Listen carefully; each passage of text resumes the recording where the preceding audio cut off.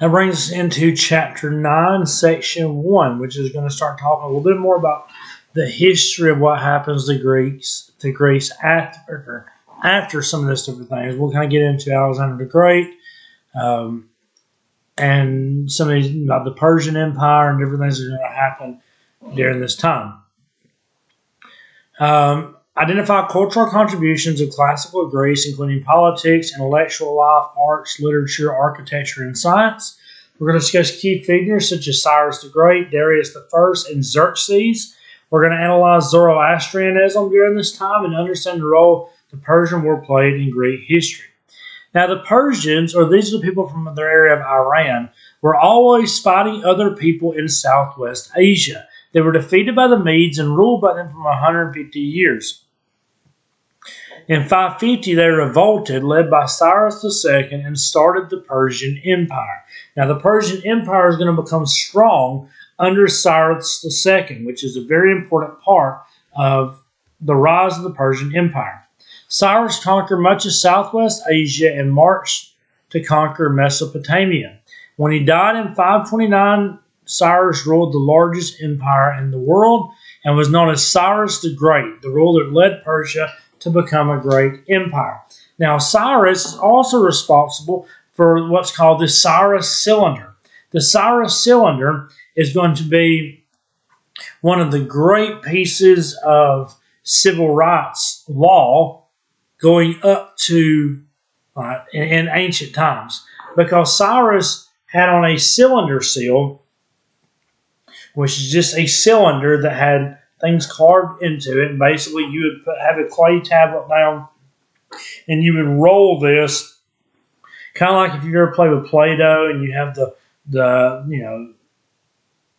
all the gimmicks and everything that goes with it, and you have the little rolly thing that's got a lot of butterflies and flowers on it. And you put the Play-Doh down, and you roll it over there, and you're like, look, I got a flower, That's the same thing. Now, it's a very cheapened version of it. The Cyrus Cylinder is a lot more important than a Play-Doh roller, but it's the same concept. You take the clay, you roll this over it, and it writes something. It basically prints something on that clay tablet.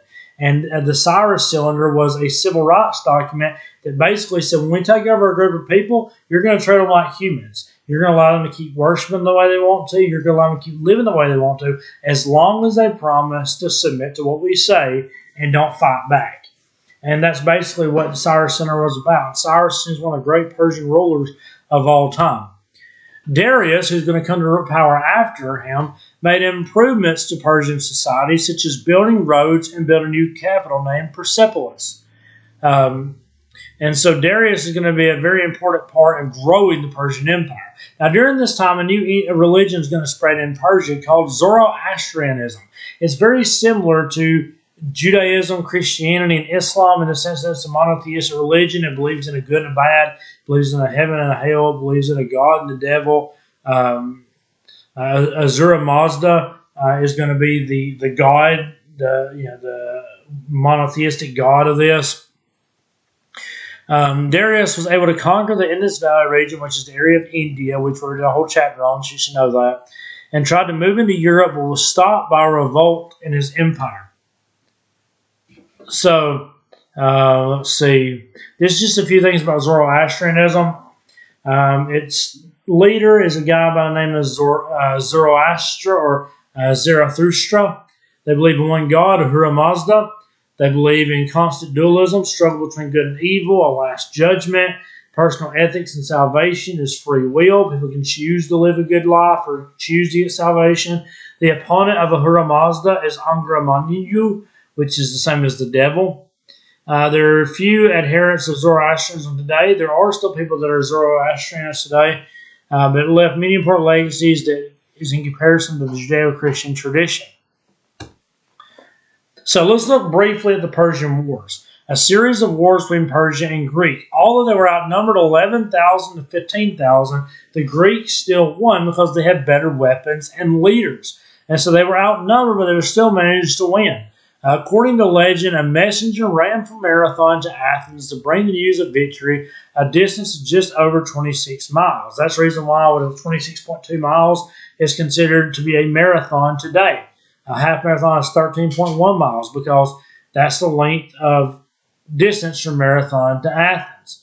And so a messenger ran that distance to tell about the Greek victory.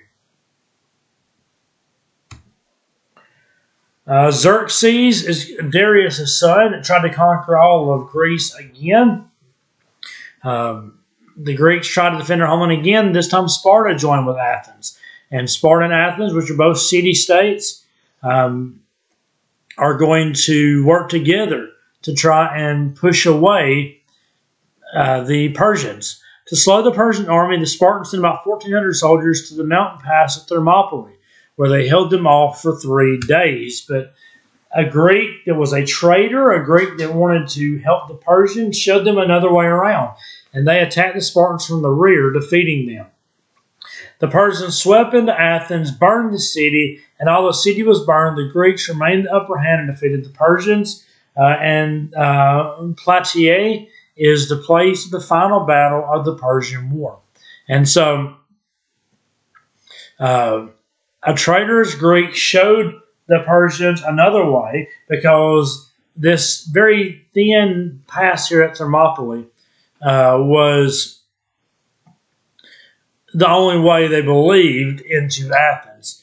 But a Greek that knew better knew another way around. They defeated the Spartans and they went in to burn the city, but the Greeks managed to run them out. And so that brings us to the end of section 1 of chapter 9.